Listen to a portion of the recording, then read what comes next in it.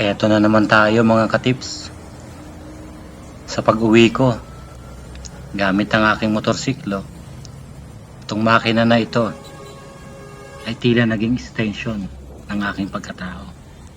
Sa bawat pag-apak sa pedals at pagbukas ng gas, nararamdaman ko ang maligayang pagsalubong niya sa akin. Ito'y isang mensahe sa aking kaisipan na puno ng emosyon at pag-iisip. Una, kapag nakakarating ako sa isang parking lot, aking pinagmamasdan ang aking motorsiklo. Ito'y hindi lamang isang sasakyan. Ito'y isang kasangga, kasama, karamay, parang isang kaibigan na laging handang sumama sa mga biyahe ng buhay natin. Nagbibigay ito sa akin ng kalayaan, isang maikling paglabas mula sa araw-araw na rutina ng buhay natin. Pag-upo sa aking motorsiklo, nararamdaman ko ang init ng kanyang makina na pumapatak sa aking mga paa, binti. Diba? Ito'y tila nagpapakita ng buhay. Papakita ng handa itong samahan ako sa lahat ng paglalakbay. Habang isinasara ang safety helmet ko nga ito'y nagiging parang isang pinto na nagbubukas ng isang bagong mundo. Isang mundo ng kalsada at paglalakbay, di ba? Pansinin niyo mga katips. Sa pag-ikot ng susi at pag-umpisa ng makina, maririnig mo yung pagsabog at tunog ng makina ng ating motor. Nagiging parte na ng aking sariling rhythm. Isang rhythm na sumasabay sa tibok ng aking puso habang nagmamaneho sa kalsada. Minsan nga nagiging masaya ako sa paghatak ng mga liko at pagliko sa hangin. Yung masayang masaya ka kasi dumarampi sa aking muka, sa ating mga muka. Tapos nakakita tayo ng mga tanawin, dumaraan sa mga paningin natin. Nararamdaman ko rin ang init ng sikmura ng aking motorsiklo. At ito'y nagpapaalala sa akin na hindi ako dapat maging pabaya sa pagmamaneho. Ang pag-iingat ay laging nasa aking isipan. Naalala ko ang mga payo ng mga kaibigan at pamilya na laging sinasabi, mag-ingat ka sa pagmamaneho mo sa iyong motorsiklo. Kasi may naghihintay sa iyo ang pamilya mo. Sa pag-uwi, ang motorsiklo ay nagiging daan upang makalapit sa isang tahanan. Ito'y masaya dahil ito'y nagiging kasangga ko sa aking paglalakbay patungo sa aking pamilya.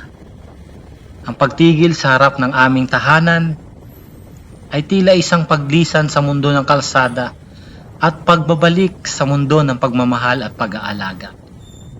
Kaya't sa bawat pag-uwi ko gamit ang aking motorsiklo, ito'y nagiging alaala ng mga paglalakbay at mga pagkakataon na masilayan ang kalayaan.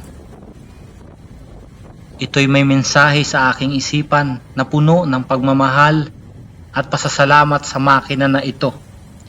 Dahil kung hindi dahil sa kanya, hindi ako makakarating sa aking mga destinasyon na gustong puntahan, na marating, kundi nagbubukas ng mga pinto patungo sa mga pagkakataon at karanasan sa buhay. Sa araw-araw na buhay, sa araw-araw na pag-uwi sa pamamagitan ng aking motorsiklo, ako'y nadadala sa ibang karanasan, emosyon. Yung tipong pag nagmamaneho ka, parang isang mensahe na umahalimuyak sa iyong isipan. Habang binabaybay ang mga kalsada, parang binabaybay mo ang buhay mo. Sa umpisa ng biyahe, nararamdaman ko ang init ng sikmura ng aking makina. Ang tunog ng makina ay nagiging kasama ko, parang isang kaibigan. Ngunit, hindi lahat ng biyahe maginhawa, mga katips. May pagkakataon na nasisiraan ka sa gitna ng kalsada, sa gilid ng kalsada. Minsan mararanasan mo, madalas nararanasan natin matinding trapiko. At doon ay nagiging bida ang ating motorsiklo.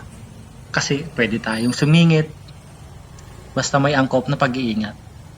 At makakalabas tayo ng maayos. Ang init ng araw, yan, sumasalubong sa akin. nagiging hamon ito sa ating pasensya. Sa mga panahong ito, aking naalala ang mga payo ng aking ama. Kailangang maging maingat sa kalsada at palaging maging responsable sa pagmamaneho. Ang boses niya ay nagiging gabay sa akin. At sa mga sandaling ito ay siya ang nagiging tagapagturo sa akin. Kapag ako'y malapit na sa tahanan, nagiging masaya na ang aking isipan. Ang takot at pagod ay napapalitan ng kasayahan dahil malapit ko nang makasama ang aking pamilya. Ang tingin ko sa aking motor ay nagiging simbolo ng kalayaan. Kalayaang magpasya kung saan ako pupunta at kalayaang ako'y uuwi. Sa huli, ang pag-uwi sa pamamagitan ng aking motor ay isang paglalakbay hindi lamang sa kalsada kundi pati rin sa aking sariling kaisipan. Ito'y pagkakataon na mag-isa ang aking sarili at doon nagiging boses ng aking mga damdamin ang nangingibabaw. Ito'y isang mensahe na nagpapakita ng pag-asa, pangarap at mga alaala na mayroon ako. Sa bawat pag-uwi, ang motor ay nagiging kasangga ko sa paglalakbay sa buhay. At ang mensaheng ito ay nagpapahayag ng aking paglalakbay sa sarili. Ang motorsiklo ay hindi lamang isang sasakyan. Ito ay isang simbolo ng aking buhay. Isang mensahe habang ikaw ay nagmumuni-muni sa kahalagahan ng motorsiklo sa ating buhay. Mga katips, sa bawat takbo ng gulong, nararamdaman ko yung ritmo ng buhay. Pag-ikot ng mga gulong ay tila isang oras na bumibilis habang tumatagal, tulad ng pag-usbong at pagsalubong ng araw sa aking mga taon. Ito'y nagpapaalaala sa akin na ang buhay ay isang patuloy na paglalakbay. Mga katips, puno ng mga kurbadang hindi inaasahan, mga daan na hindi mo inaasahan, mga lubak na daan gaya ng problema sa buhay. Pagkagayon pa man, nalalampasan natin ito. Ang tunog ng makina ay nagiging tugon sa aking mga damdamin. Kapag masaya ako, ito'y nagiging musika ng kaligayahan. Siyempre, pag malungkot, ito'y nagiging pag-iyak ng aking kaluluwa. Ito'y naging kasangga ko sa mga sandaling pag-iisa, sa mga pagmumuni-muni ko, at sa mga pangarap na nais kong abutin. Sa bawat paglalakbay, natututunan kong maging maingat at responsableng nagmamaneho.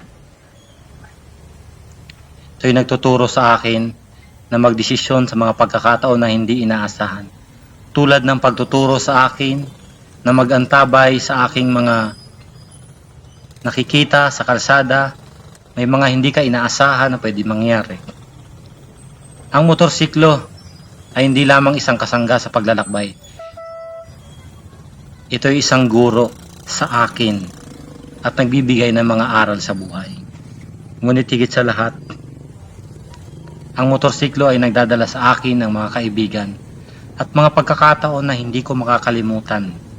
Ito'y nag-uugnay sa akin sa mga taong may parehong pagnanasa sa paglalakbay, sa pag-ibig sa kalsada, at sa pagtuklas ng mga bagong lugar. Ito'y naging daan para makilala ko ang mga taong naging bahagi ng aking kwento. Sa bawat pag-ikot ng gulong, sa bawat takbo ng makina, natutunan kong yakapin ang mga pagbabago at pagsubok ng buhay. Ito'y nagpapaalaala sa akin na ang paglalakbay ay hindi lamang ukol sa patutunguhan, kundi pati na rin sa proseso ng pag-unlad at pag-usbong. Ang motorsiklo ay naging kasangga ko sa pagtahak sa aking personal na paglalakbay. Kaya't sa bawat pag-ikot ng gulong ng aking motorsiklo, ito'y naging daan ng aking buhay, isang alaala ng aking mga tagumpay at pagkukulang ng aking mga pangarap. at mga pag-asa, ito'y nagsilbing kasama sa aking paglalakbay sa mundong ito at hindi ko makakalimutan ang mga sandaling ito hanggang sa huli ng aking buhay. Ang motorsiklo ko ang nagbigay sa akin ng daan para ako'y makarating sa mga lugar na hindi ko pa nararating. Kaya mga katips, sulitin ninyo ang mga araw na meron kayo. Habang bata pa kayo, bumiyahe kayo, maglakbay kayo gamit ang inyong motorsiklo. Wala nang masasaya pa sa pakiramdam na ito. Mga katips, hanggat kaya pa natin, lagi nating isipin yung mga pwedeng ibigay sa atin na kaligayahan na ito. Maraming salamat sa panonood mga katips. Hanggang sa muli ng aking paglalakbay.